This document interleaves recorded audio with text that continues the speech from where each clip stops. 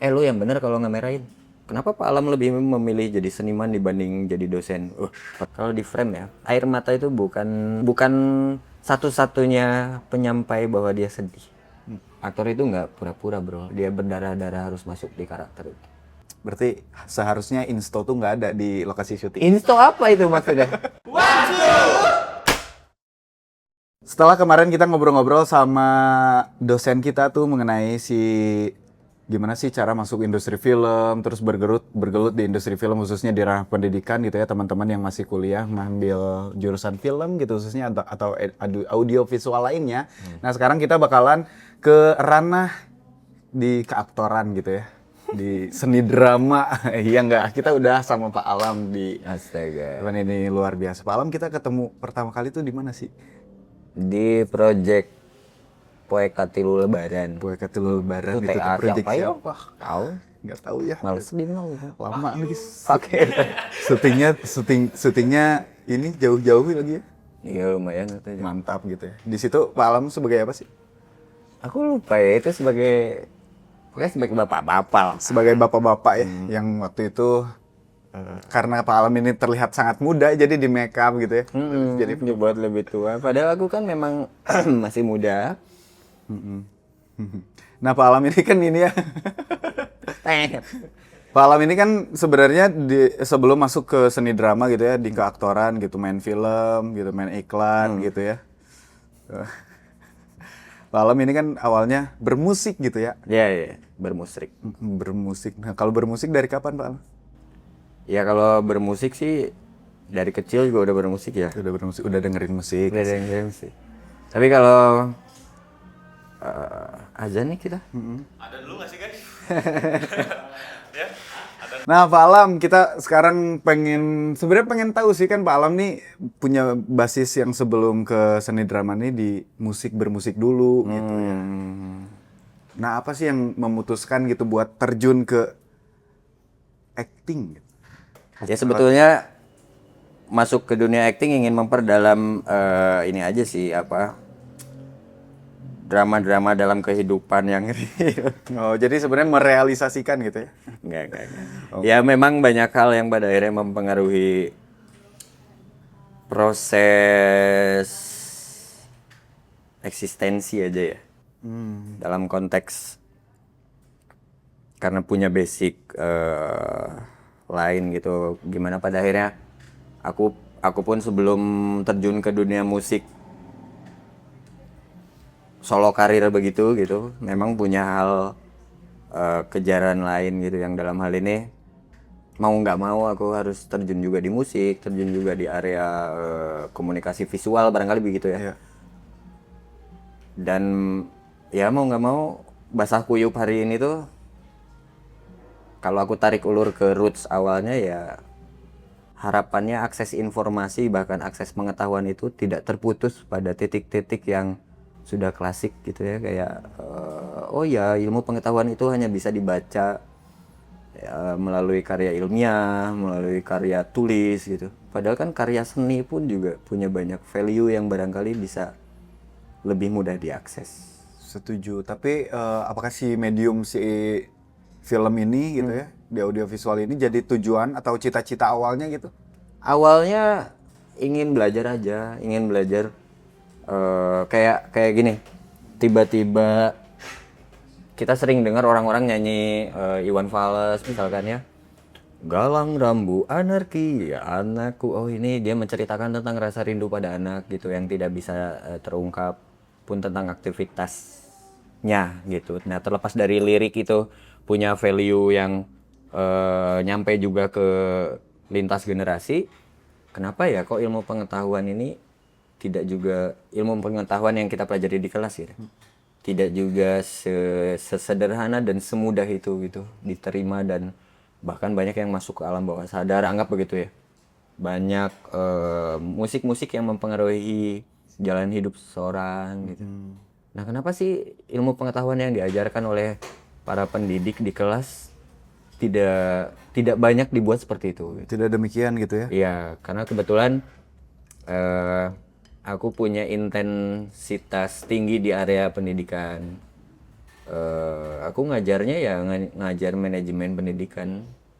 Apa ya, bahasa sederhananya mempersiapkan calon-calon manajer sekolah gitu, calon-calon kepala sekolah, menyiapkan calon-calon guru gitu.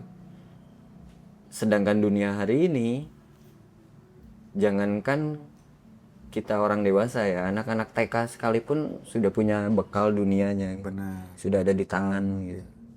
Jadi gimana caranya nih akses informasi atau akses pengetahuan ini pun tidak terputus gitu. Tidak hanya berada di medium, ya mohon maaf ya, buku tulisan ini memang penting, bahkan di Irlandia sendiri hari ini sudah disepakati jadi peraturan pemerintah semua masyarakatnya harus kembali ke buku karena ternyata ada nilai efektivitas, efisiensi, daya ingat atau memori manusia gitu. Daripada si digital itu sendiri gitu ya. Nah, mereka kan sudah jauh ya, riset developmentnya sudah sejauh itu. Sedangkan yang aku baca dari perkembangan kurikulum di Indonesia, ini kayaknya kita masih berat juga nih untuk masuk ke medium lain gitu, medium musik, medium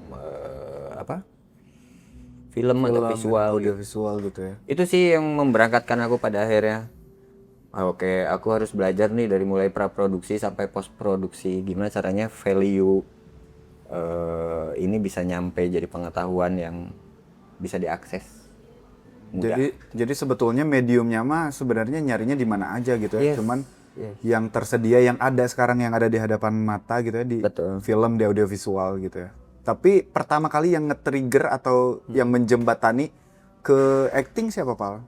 Atau project apa? Itu project film makrab ya kalau nggak salah, ada mahasiswa baru di salah satu kampus, boleh disebutin ya? Boleh Bang. Dari Universitas Pasundan.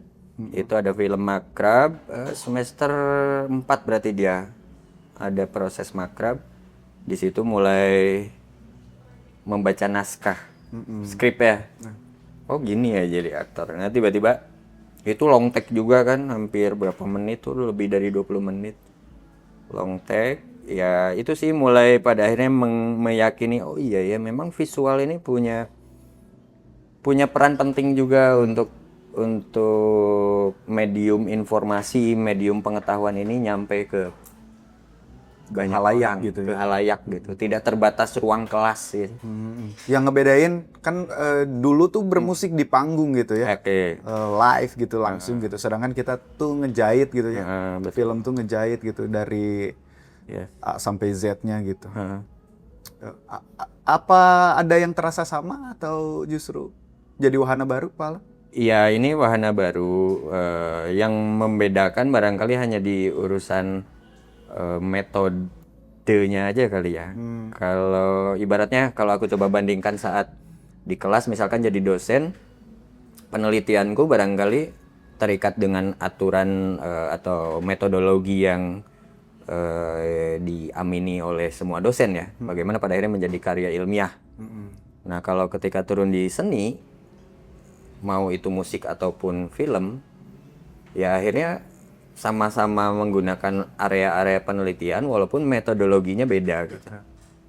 Jadi kadang aku agak kaget juga tiba-tiba ada pertanyaan yang mohon maaf seakan-akan mendiskreditkan seniman gitu. Kenapa Pak Alam lebih memilih jadi seniman dibanding jadi dosen? Pertanyaannya itu seakan-akan grade-nya dosen itu lebih tinggi dari seniman gitu. Atau dari aktor gitu, atau dari penulis film. Padahal yang aku selami sampai detik hari ini, ternyata ya mau itu dosen, mau itu seniman musik atau film, semuanya melakukan proses penelitian itu gitu. Nah, cuman metode yang tadi ya. Ya dan produk akhirnya aja yang berbeda. Kalau berbicara tentang nilai efektivitas dan efisiensi akses informasi atau akses value yang diangkat, justru seniman bisa dibilang lebih grade-nya lebih tinggi karena akses informasinya bisa digapai di medium yang mudah juga. Iya, Kan masyarakat awam berat itu mengakses, mohon maaf, web-web jurnal, web-web. Cinta Okto. Iya, Sinta. Itu pun kan hari ini sudah banyak dikapitalisasi gitu. Lu bisa bayar segini, bisa masuk ke Sinta sekian, Scopus. Itu yang jadi pembeda yang justru sebenarnya punya kesetaraan gitu ya antara tadi di ranah pendidikan formal, Iya. di buku, di jurnal-jurnal dan Betul. juga penelitian yang jadi produk akhirnya si audiovisual gitu. Bahkan yang membuatku aneh tuh, kenapa ya di form eh, penilaian kinerja dosen, nih aku meyakini kawan-kawan dosen pun juga nonton ini ya. Di form penilaian kinerja dosen itu kan ada 3 poin besar ya. Pendidikan pengajaran itu berbicara tentang aktivitas di kampusnya, mau pengajaran di kelas atau bimbingan misalkan sampai tugas akhir. Ada bab penelitian, ini berkaitan dengan internal kampus dan kemasyarakatan. Yang terakhir pengabdian kepada masyarakat. Nah, di poin penelitian ini ternyata ada ada indikator penilaian karya seni. Oke. Padahal dosen itu tidak semuanya dosen seni. Oke. Tapi ini dijadikan oleh pemerintah sebagai aturan indikator penilaian dosen. Ada indikator karya seni yang dipublikasikan atau tidak dipublikasikan. Artinya setiap pendidik, mau itu guru atau mau itu dosen, inovasi sampai di karya seni itu kalau sudah menjadi indikator penilaian bisa mendekati wajib. Iya, itu penting berarti ya Penting gitu. banget medium itu gitu. Terus kenapa itu luput? Kenapa itu pada akhirnya akhirnya jadi luput? ya. Mungkin tidak jauh beda dengan banyak kawan-kawan yang mempertanyakan tadi ya. Kenapa Pak Alam sebagai dosen kok malah jadi seniman? Oke. Jadi kayak ada diskredit di situ ya. Ada degradasi nilai mungkin gitu. Apa sih yang mengagung-agungkan seseorang menjadi dosen gitu? Apakah karena mereka punya jas dan dasi, sedangkan seniman hanya punya kaos oblong sobek gitu? Apakah sesederhana itu menilai seseorang gitu? Jadi kenapa pada akhirnya aku berangkat di dosen terus jadi musisi kata orang, terus jadi aktor kata orang gitu? Mudah-mudahan masih berada di esensi tadi gitu. Iya. Cuman ya apa ya dunianya adalah sebenarnya bukan medium itu sendiri gitu ya, Iya. dunianya mah, tapi tujuannya gitu ya. Betul. Nah, kan sekarang nih Pak Alam tuh banyak banget di proyek-proyek tugas akhir mahasiswa gitu ya. Banyak banget ngebantu mahasiswa-mahasiswa yang sedang berjuang nih buat lulus dari pendidikan tinggi gitu ya. Gimana sih Pak Alam ngelihat fenomena itu gitu ya, ngelihat Pak Alam sendiri yang terjun di langsung gitu ya, ngebantu di khususnya di ranah aktor gitu. Nah, oke. Kalau sebelum terjun di dunia perfilman, mau itu aktor atau misalkan sekarang jadi cast director atau talent coach gitu. Jauh-jauh hari mungkin sebelum terjun di dunia film itu aku melihat diriku sendiri ya, betapa susahnya tugas akhir itu. Mau nggak mau ya, sekelas skripsi pun walaupun kita hanya kejaran menggunakan pendekatan kualitatif gitu, komparasi literasi doang gitu, anggap begitu, atau kuantitatif yang beratnya menghitung data secara valid itu seperti apa. Nah, jauh dari situ pada akhirnya bertemu dengan kawan-kawan juga yang tugas akhirnya sampai di area visual, dan aku sering mendengar kocek yang harus mereka siapkan itu luar biasa tingginya. Yaitu barangkali yang pada akhirnya jadi panggilan sendiri untuk ngebantu aja gitu. Tapi punya ini nggak, punya apa ya, kayak pengen menyampaikan pesan tapi nggak secara gamblang gitu. Nah, pada akhirnya kalau di beberapa part ketika kawan-kawan TA minta tolong ke aku di pengaktoran misalkan, aku jujur selalu memilih naskahnya. Pesan apa yang ingin dia sampaikan gitu. Seberat apapun. Contoh misalkan terakhir aku dapat peran sebagai, mohon maaf, boleh disensor lah ya, sebagai pemerkosa misalkan. Tapi karena value film utuhnya linear dengan bukan basic sebagai pemerkosa. Rada. Ini jadi serius gini ya, jadi kayak Ya nggak apa. Oke, kan ini bercanda. iya. Oke, ini ketawa dikit. Ya basicnya punya basic. Ya, punya basic di area-area pidana. Karena kebetulan aku S1-nya sebetulnya S1-ku hukum pidana Islam. Potong tangan, rajam, kisos, itu urusan yang aku dalami dulu gitu. Mau dites potong tangan? Mau nggak? Tiba-tiba dapat medium film dan menemukan satu naskah yang luar biasa nih gitu, area-area yang selama ini aku amini bahwa penegakan hukum itu hanya ada di pengadilan atau di penegak hukum. Ternyata penegakan hukum yang lebih efisien, lebih efektif itu bukan ada di dunia peradilan, Tapi di dunia pendidikan. Nilai preventif yang tinggi, akses kesadaran itu bisa tinggi ketika akses pengetahuannya tinggi. Makanya walaupun naskah itu buat aku berat secara pribadi, secara personal, aku harus into sebagai pemerkosa, ya mau nggak mau aku harus ambil part itu. Karena aku tadi punya keyakinan lain, penegakan hukum yang paling efektif ya nilai preventif dong. Bukan justru di area penegak hukum yang barangkali kejadiannya sudah terjadi. ya paham luar biasa. Gitu. Nah, ketika dapat naskah tuh, Pak Alam biasanya seberapa bebas sih Pak Alam nge-eksplorasi apa yang dimaksud di naskah itu, atau justru Pak Alam tuh sebagai apa ya, sebagai insan gitu, sebagai manusia justru terbatasi, Pak Alam? Ya itu balik lagi ya pada akhirnya ketika aku pada akhirnya picky atau apa bahasa istilahnya. Iya, Ya aku harus juga selektif. ya selektif gitu melihat naskah.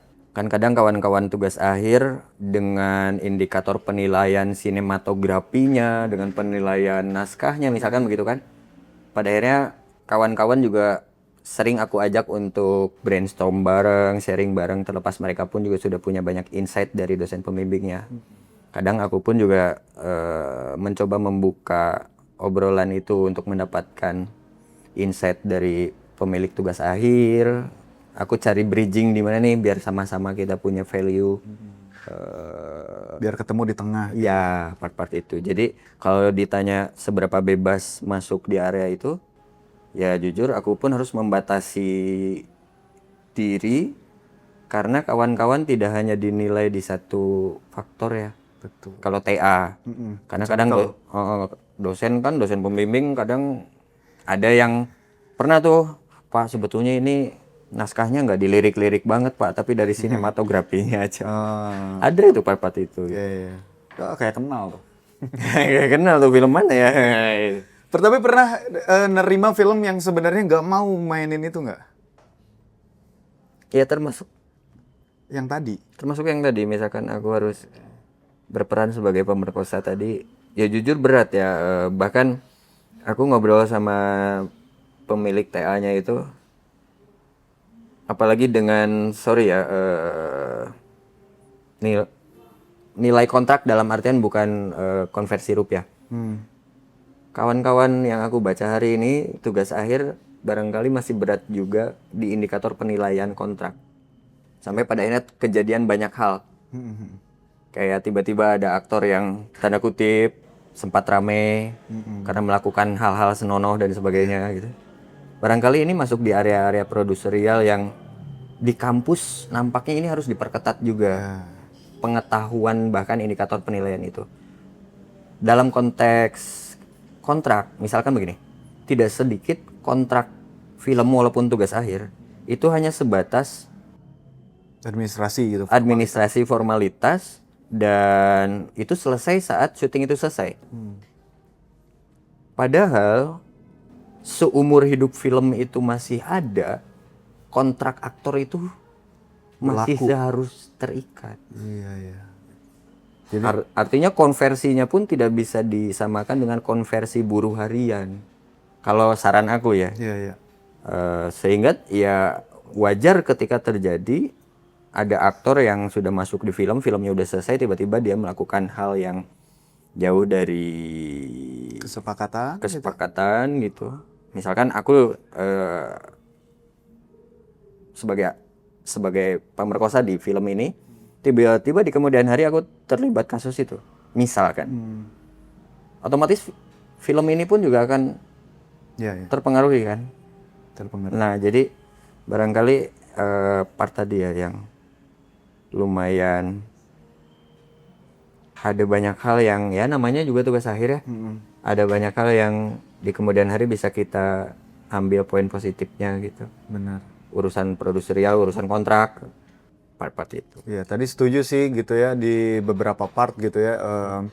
Tadi kayak kenapa di tugas akhir film tuh justru banyak banget hal-hal teknis yang malah jadi Akhirnya, diunggulkan, sedangkan yang Ya. non teknis gitu ya kayak Nah, manajerial, produserial gitu Ya yang itu justru sering luput itu. benar yang justru itu tuh hadir sebagai sisi manusianya justru Iya. di film itu tuh, gitu. Itu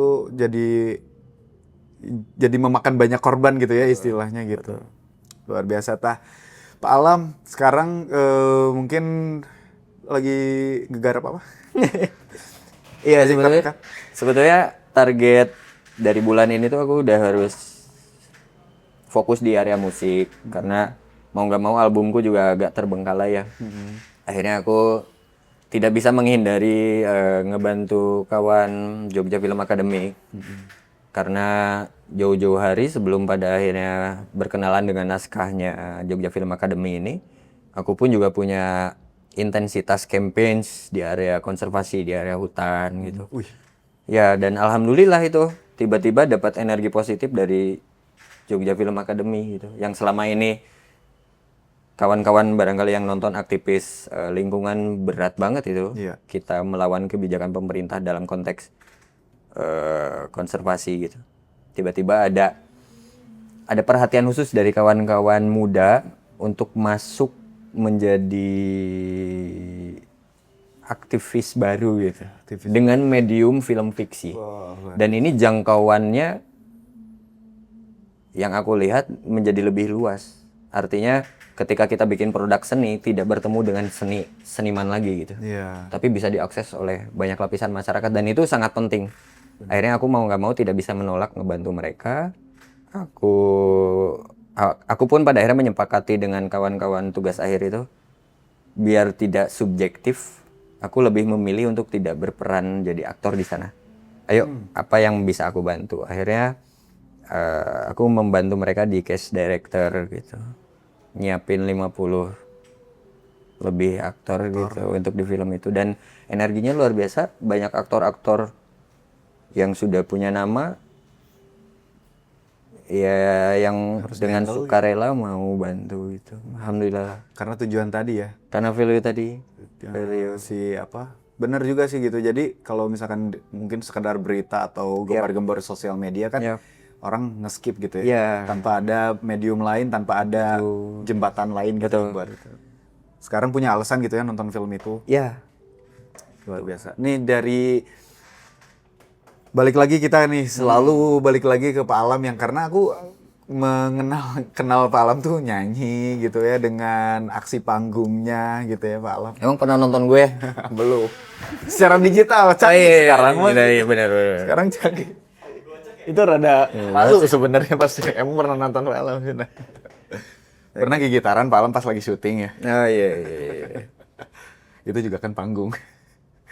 Jadi tadi Erik nanya naon Pak Alam. Nah, kan lupa itu. Iya gitu ya dari aksi panggung gitu. Nah sekarang di seni drama gitu. Nah kan beda nggak sih cara menghadirkan diri gitu di panggung sama di depan layar gitu? Atau justru sekarang jadi cast director buat ngehadirkan orang lain gitu di depan layar? Mungkin bedanya kalau saat pertunjukan musik itu karena tulisan sendiri, bahasanya mungkin begitu ya. Iya. Sehingga ketika perform stage dibutuhkan, ya aku sudah paham itu gitu. Dan di panggung bahasanya mungkin ya ini gue gitu. Ini lagunya gitu. Ini liriknya. Ini lirihnya, ini marahnya gitu. Pak Alam juga yang bikin gitu. Ya, beda cerita dengan naskah-naskah yang kawan-kawan buat gitu. Kita betul-betul dipompa habis-habisan untuk masuk ke kehendak penulisnya gitu. Itu kan bedanya walaupun ya tidak sedikit kawan-kawan yang masih menilai oh jadi aktor itu cuman pura-pura aja ya. Padahal kita merasuki ya. Padahal kita masuki gitu. Padahal kita harus berdarah-darah masuk ke karakter itu gitu. Iya. apalagi urusan apa ya, kayak banyak orang yang mudah masuk ke karakter itu tapi dia nggak tahu jalan keluar dari karakter itu. Nah, itu. Banyak loh yang terjebak, aktor-aktor yang terjebak dari itu. Benar. Nah, sebelum ke situ nih, Pak Alam ada ini nggak punya metode buat merasuki si karakter itu nggak? Kalau secara Pak Alam pribadi gitu, gimana sih caranya gitu? Kalau Pak Alam pribadi, makan Indomie dulu misalnya. Weh, ini udah iklan nih. Kalau aku pribadi ya cari pintu masuknya memang tadi ya, praproduksi ini aku buat serewel mungkin bertanya dengan penulisnya sebagai seorang yang ngebangun karakter tersebut. Aku sampai nanya kemungkinan-kemungkinan misalkan dari si pemerkosa ini gitu, kayak cerita tadi. Aku harus jadi sosok pemerkosa misalkan. Aku tanya sampai sejauh, ini gue punya orang tua nggak sih? Walaupun di film itu kan nggak diceritakan orang tuaku seperti apa. Aku hidup di mana ya? Di tahun berapa ya? Nah, pendalaman-pendalaman ini walaupun tidak ditulis di dalam skrip, tetap aku jadikan referensi untuk mempermudah aku mencari pintu masuk. Masuk di karakter itu. Pun bagaimana caranya aku keluar dari karakter itu. Nauzubillah ya. Aku tiba-tiba jadi tadi. Untuk keluar dari karakter di film tersebut pun juga pada akhirnya aku sering kayak gini. Aku kalau dikenal di kawan-kawan wallahu alam ya, aku termasuk orang yang nggak bisa diem gitu. Itu sebetulnya cara apa ya, teknik-teknik aku aja untuk bisa cepat keluar dari karakter itu, untuk nge-refresh, untuk cari boosting baru gitu, untuk masuk lagi ke karakter tersebut. Jadi aku kadang pakai gaya-gaya yang so akrab gitu. Tiba-tiba habis scene ini oke, cut gitu. Dan tiba-tiba aku bercanda lagi gitu. Buat lupa sejenak dulu gitu Ya, sama. itu buat nyimpen energi untuk masuk kembali gitu. Kan banyak juga kayak lawan-lawan mainku yang dia harus berjam-jam dulu masuk, harus karakter nangis atau apa gitu. Keluarnya pun sulit gitu. Pak Alam sendiri pernah nemu kesulitan gitu yang bahkan sampai setelah syuting berhari-hari gitu? Kalau kesulitan itu sendiri, ya paling berat sih memang ketika kawan-kawan director atau kawan-kawan sutradara nggak mau ngasih koreksi, itu buat aku berat. Aku paling rewel kalau cut, koreksi dong Kang gitu. Apa nih yang kurang gitu. Justru di situ buat aku berat. Jadi maksudnya jadi berat dalam artian susah buat masuk atau susah buat keluar? Ya justru ini aku memang udah sesuai sama harapan mereka atau belum. Terlepas dari tadi ya, apa pertanyaanmu tuh tentang mana nih, peran mana nih yang paling berat gitu. Jujur yang paling berat buat aku tuh ketika di lokasi syuting, kawan-kawan kayak bungkus. Part itu tanpa ada koreksi gitu. Walaupun memang file itu diambil gitu. File good, tapi kalau memang buat aku pribadi, jujur walaupun itu diambil gitu, scene itu diambil, aku lebih enak kalau ada koreksian untuk di next. Ya, jadi apa ya, ini singkat gitu ya, tapi kalau aku nyimpulinnya nih Pak Alam punya arti lain di pengadeganan nih kayaknya. Iya mungkin begitu ya. Seperti apa? Bukan sekedar acting, bukan sekedar action, terus cut, files good, terus beres. Nah kayaknya Pak Alam bukan sekedar itu gitu di actingnya. Ya contoh misalkan ya, tiba-tiba aku harus marahin di scene itu, misalkan aku harus marahin anak, tapi tiba-tiba aku mikir, tiba-tiba aku sekilas kayak mikir, oh ya gue harus mikirin marahin anak. Buat aku pribadi itu gagal, karena aku masih punya pikiran itu, pikiran untuk berpura-pura marahin anak. Dan aku meyakini di frame kamera itu ketangkep, aku yang mikir dan aku yang benar-benar marahin sama lu. Lu yang benar kalau ngemerahin. Nah, kan itu nanti kelihatan tuh, aku benar-benar marah atau gue mikir buat pura-pura marah. Gimana ya caranya biar ngangkat naskah ini doang atau emang menjalankan naskah ini gitu ya. Jadi emang dua hal yang beda gitu. Signifikan malah gitu. Pak Alam sering nggak sih mainin improvisasi gitu atau justru ngasih suggest, ngasih insight ke penulis, ke sutradara gitu? Kalau ngasih apa suggest atau Ya itu pasti ya. Aku setiap kali dapat tawaran naskah selalu ajak ngobrol terlebih dahulu. Ini story besarnya seperti apa. Terus hal-hal sampai nyeritain hal-hal detail kecilnya seperti apa sih di penulisan atau di pengembangan karakter ini. Yang tadi ya. Karena kalau hitung-hitungan contoh ya, misalkan aku ada beberapa film yang long take gitu ya. Kayak misalkan Pajaratan Cinta long take gitu, terus film Makrab long take gitu, itu hampir lebih dari 20 menit ya. Kan masuk jadi karakter di situ, aku tidak hanya mengutamakan dialog yang lancar. Tapi dialog ini kan pada akhirnya bisa tersampaikan di frame itu ketika motivasinya sudah dapet, sudah tahu gitu maksud si penulis ini, motivasi aku menyampaikan gue kayaknya haus deh gitu. Kan itu dialog yang nggak penting diucapkan. Ketika lu haus ya udah minum aja. Iya. Ada teks, ada subteks gitu. Maka ya tadi insight atau suggest ke penulisnya, aku meyakini atau menguatkan diri aja bahwa oh ya nilai motivasinya apa, emosinya apa, terus karakter secara personalku harus seperti apa, hubungan interaksi dengan lawan mainnya sejauh apa. Jadi suggest-suggestnya atau brainstormnya di area itu sih. Jadi dialog yang munculnya pun tidak dialog yang kelihatan benar-benar pura-pura. Iya. Minum dulu ah. Saya minum. Nah, kan gitu. Ada hubungan interaksi sosial yang sudah kita udah mengenal lama, kan tanpa dijelaskan ke netizen yang nonton Rosema apa ini? Iya, Rosema. Rosema ini pun juga pada akhirnya tidak memperlihat, oh ya kelihatannya Pak Alam memang udah akrab juga nih sama Kang Andre gitu. Seperti itu. Iya. Nah kan ini di ranah mahasiswa kan di mana gitu ya si teman-teman tuh masih belajar dalam hal penyutradaraan, teknis gitu ya, masih belajar. Pak Alam pernah ngerasa susah untuk mengimbangi atau ngerasa ini kayaknya kita belum ada di frekuensi yang sama gitu? Dan gimana tuh cara menanggapinya, cara menghadapinya? Gitu? Paling area aku barangkali lebih kayak bukan memaklumi. Kalau memaklumi seakan-akan aku jadi lebih tinggi ya. Tapi mencoba memahami tadi misalkan ada part indikator penilaian dari kampus tentang nilai sinematografinya, nilai produserialnya gitu. Walaupun jujur aku sering kali nanya, ini kawan-kawan ada juga penilaian di naskahnya nggak sih? Gitu. Ada Pak, tapi cuma di area anu, katanya begitu ya. Apa tadi pertanyaannya?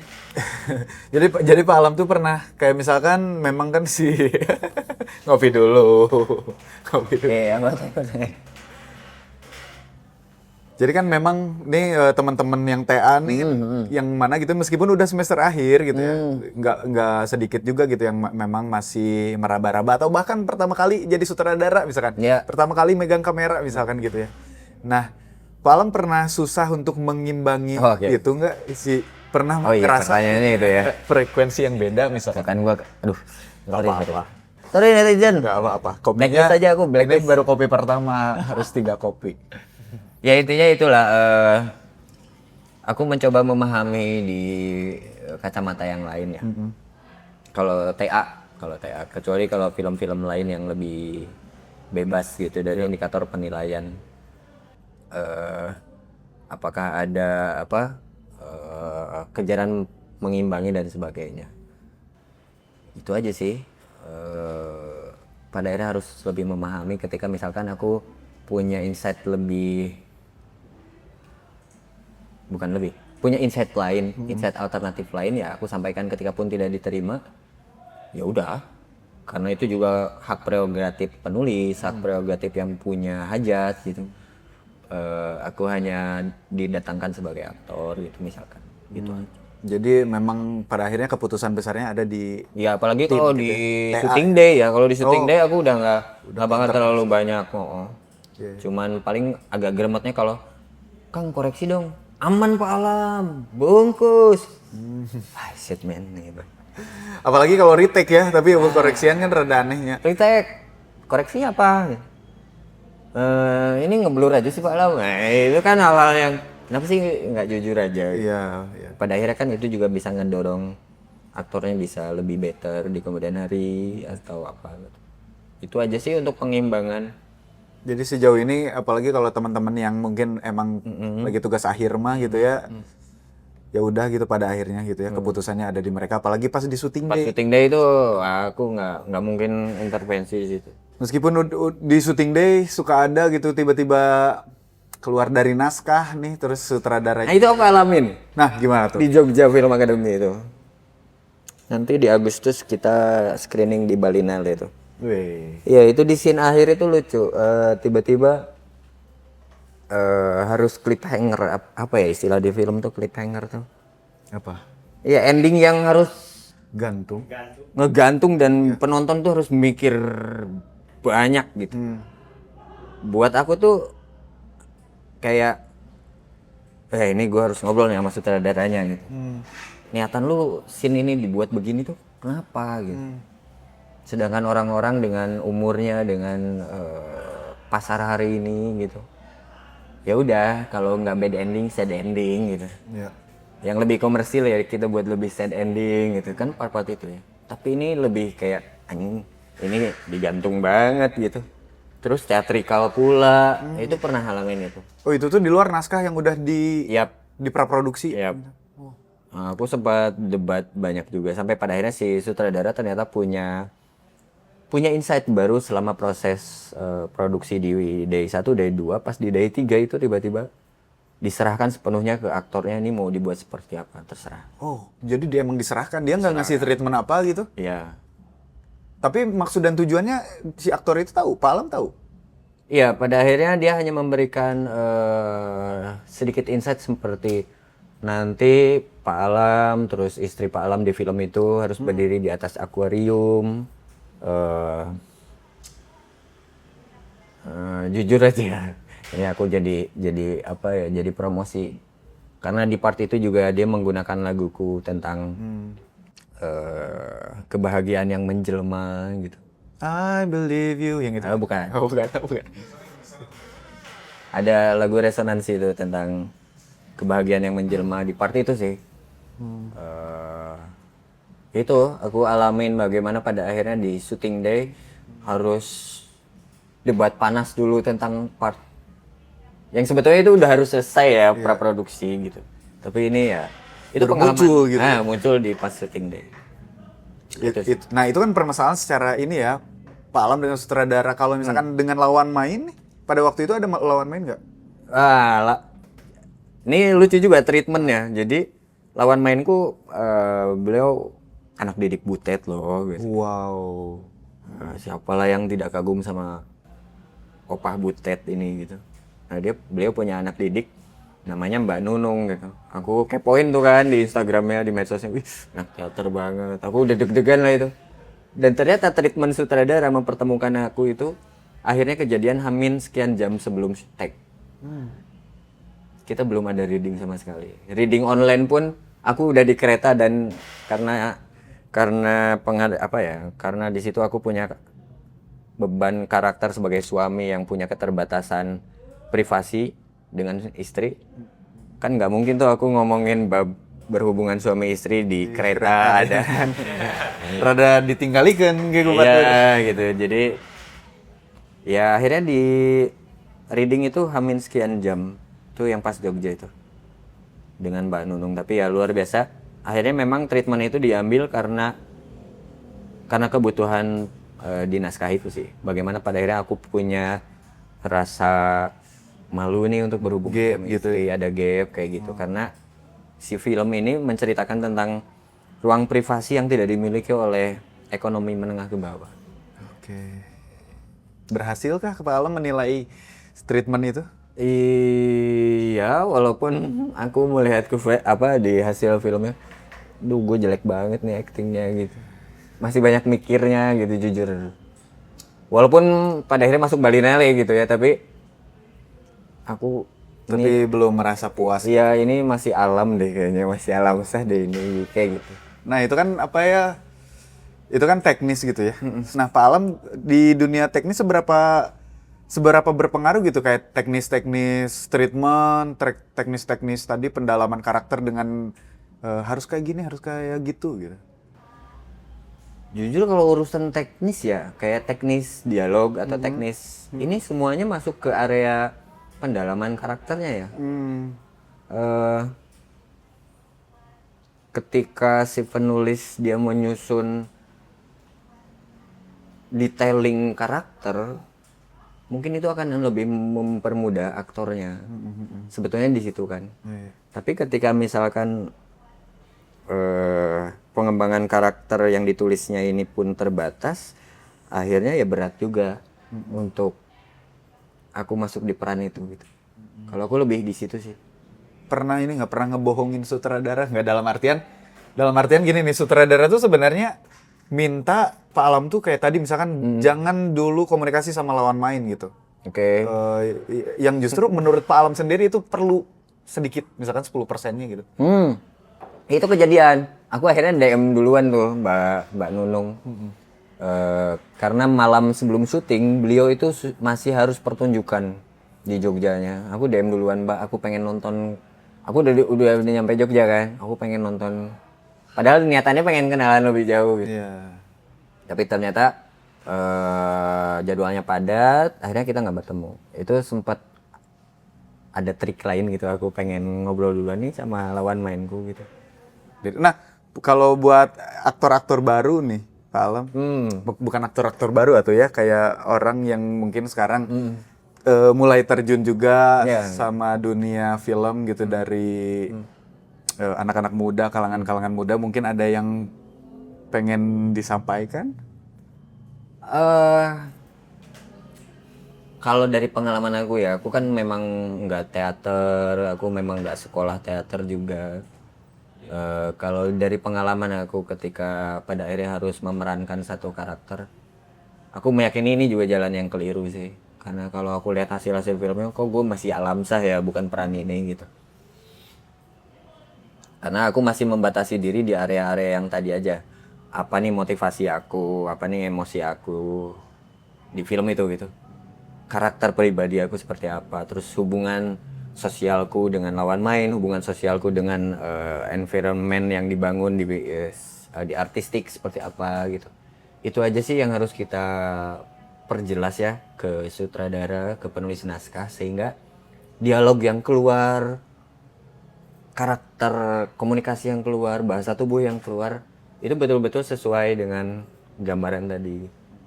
Jadi aku baru sebatas itu aja, sebatas menggunakan indikator motivasi, indikator emosi, indikator karakter, hubungan sosial. Mau itu sosial intrapersonal atau ekstrapersonalnya, part-part itu aja sih. Jadi buat kawan-kawan yang mungkin ada tawaran pertama kali masuk di film, rewelin di situ aja sutradaranya. Kayak kudu rewel ya, kudu tuh nyatanya lah sing jelas gitu ya. Iya gitu. Karena dialog Si itu pada kepastian. akhirnya akan ngikutin sih. Iya ya. Mau aku pernah tuh dialog Indramayu ngapak gitu, Jawa ngapak. Nah terus kita priwe, masa kita ningkene dewe kan? Wede. Padahal aku yang basic nggak ngerti itu bahasa Jawa gitu. Tapi karena udah paham Karena konteksnya udah paham kemana, motivasinya, emosinya gitu. Akhirnya enak kan terdengar. Jadi sebenarnya ini yang harus dimiliki seorang aktor teh apa? Pendidikan yang tinggi kah? Sekolah peran, sekolah film, sekolah teater, atau sosial yang luas, knowledge yang luas, Pak Alam? Ya itu dijawab sendiri. Ya yang mana itu? Semuanya juga butuh ya. Semuanya butuh. Akhirnya punya nilai different and distinctive masing-masing di setiap aktor. Walaupun tadi kita jangan sampai terjebak bahwa aktor itu hanya berpura-pura. Oke. Itu sangat merendahkan banget ya kalau menganggap bahwa aktor itu hanya berpura-pura gitu. Apalagi kalau di peran-peran yang dia harus nangis-nangis darah gitu. Karena kita nggak pernah tahu pengalaman hidup dia sesungguhnya. Apakah memang pengalaman buruk dia terrecall dengan peran yang harus dia mainkan, kan kita nggak pernah tahu. Makanya di beberapa part termasuk naskah-naskah yang sensitif itu, aku pernah bilang ke kawan-kawan yang teater tuh, kawan-kawan mungkin nggak menghadirkan psikolog di sana gitu. Contoh yang film terakhir tuh yang aku harus jadi pemerkosa. Aku minta dihadirkan psikolog itu bukan untuk lawan mainku yang jadi korban. Tapi justru bu. Aku pun juga butuh. Oke. Karena nama baik aku pun juga bukan nama baik. Kejiwaan aku pun juga harus aku siapkan ya. Karena film ini jangka panjang kan, umurnya panjang. Pas screeningan awal aku benar-benar kamuflase. Aku sih berharap ada yang lemparin aku ya. Dengan aktingku seperti itu gitu. Ngelemparin kesal. Artinya mungkin tersampaikan bahwa aku sebagai seorang pemerkosa itu. Tapi terlepas dari itu ya, ketika ada pujian yang hadir ya justru aku sedikit kecewa sih gitu. Nah, kok lu cuman muji doang, kirain lu mau lempar aku botol atau lu mau mukul. Tapi terlepas dari itu ya, Apa yang penting? aktor itu nggak pura-pura bro gitu. Dia berdarah-darah harus masuk di karakter itu. Berarti seharusnya Insto tuh nggak ada di lokasi syuting. Insto apa itu maksudnya? Oh, insto mata. Iya. Buat pura-pura nangis. Iya. My God. Harusnya nggak ada ya di lokasi syuting. Apa gimana tuh? Air mata itu bukan nilai substantif. Buat kesedihan ya? Bukan. Buat aku itu air mata itu bukan, kalau di frame ya, bukan satu-satunya penyampai bahwa dia sedih. Karena justru kalau udah sampai ke tahap sedih, yang paling sedih itu justru nggak keluar ya air mata, apa benar? Yes, bisa jadi. Bisa jadi ya. Bisa jadi. Luar biasa, Pak Alam. Ini project selanjutnya nih, tadi apa? Yang di Jogja ya? Iya, ini garap film tentang konservasi. Itu syuting di tanggal? 25, 26, 27 di Pangalengan. Mudah-mudahan kawan-kawan juga yang nonton di sini punya semangat yang sama untuk menjaga hutan kita. Karena mau nggak mau ya, kita turun di muka bumi ini, alam semesta beserta isinya itu sudah ada. Betul. Kalau kawan-kawan ada support, jujur kami masih berharap ada support banyak dari kawan-kawan. Ini sekalian campaign saja ya, karena ini juga aktivitas campaign. Ya, luar biasa. Langsung naik lagu Pak Alam di sini. Woi, lagu yang mana nih? Yang mana ya? Oke deh, kalau gitu makasih banyak Pak Alam udah mau ngobrol-ngobrol. Sorry ya, jadi kayak sok serius, nggak asik nih kayaknya obrolan. Nggak apa-apa, asik kok. Kita dari awal yuk nanya. Ini kita nggak jadi kayaknya. Mungkin Pak Alam punya 1, 2, 3, 4, 5, 6, 7, 8 pesan atau kata atau kalimat yang pengen diutarakan gitu atau diselatankan. Di selatan kan, kita sama orang selatan. Iya. Apa ya, statement aku kayaknya bakal terlalu banyak, terlalu panjang juga. Hanya yang jelas, tadi ada prolog lah dengan Aden gitu. Kayaknya mungkin kawan-kawan juga boleh tidak sepakat. Kita akan bertemu dengan Tuhan kita itu tidak pada satu profesi ya. Dan kita mudah-mudahan tidak terjebak di satu profesi untuk bertemu dengan Tuhan kita. Itu aja sih. Luar biasa. Alam Shaner sehat. Terima kasih. Sama-sama. Terima kasih kawan-kawan. Follow IG saya. Ya, boleh. Dengerin semua lagu saya yang nggak jelas itu. Enggak. Alam Shaner sehat. Asik. Thank you. Thank you.